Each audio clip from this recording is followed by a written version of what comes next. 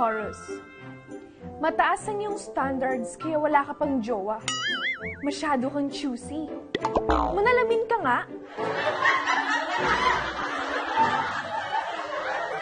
Pisces, kapag bagong gising lang lumalabas ang iyong ganda, ano pang hinihintay mo? Matulog ka na.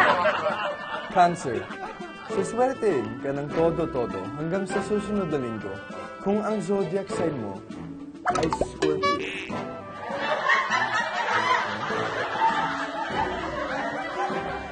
Virgo. Mabibigo ka lang kaya wag mo nang ituloy ang iyong plano. Kung ano yun, malay ko. Plano mo yan, di ba? Ako pa talagang tinatanong mo.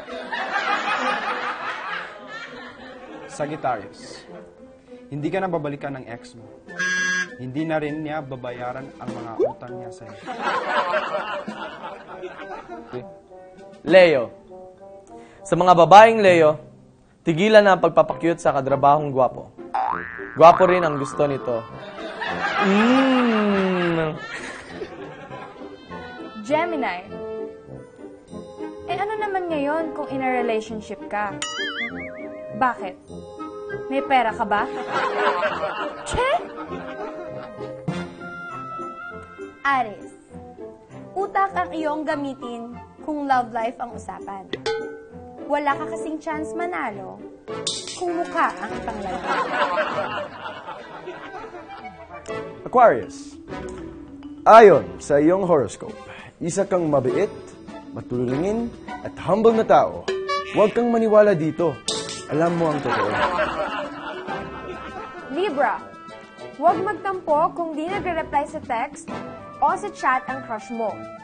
Wala talaga siyang gusto sa'yo. Narinig mo ko? Wala siyang gusto sa'yo.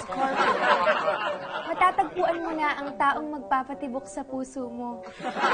Unfortunately, hindi ikaw ang taong magpapatibok sa puso niya. Huwag umasa. Capricorn. Malapit na ang Pasko at wala ka pa ring jowa. Single pa rin, te? Di ka pa ba nagsasawa?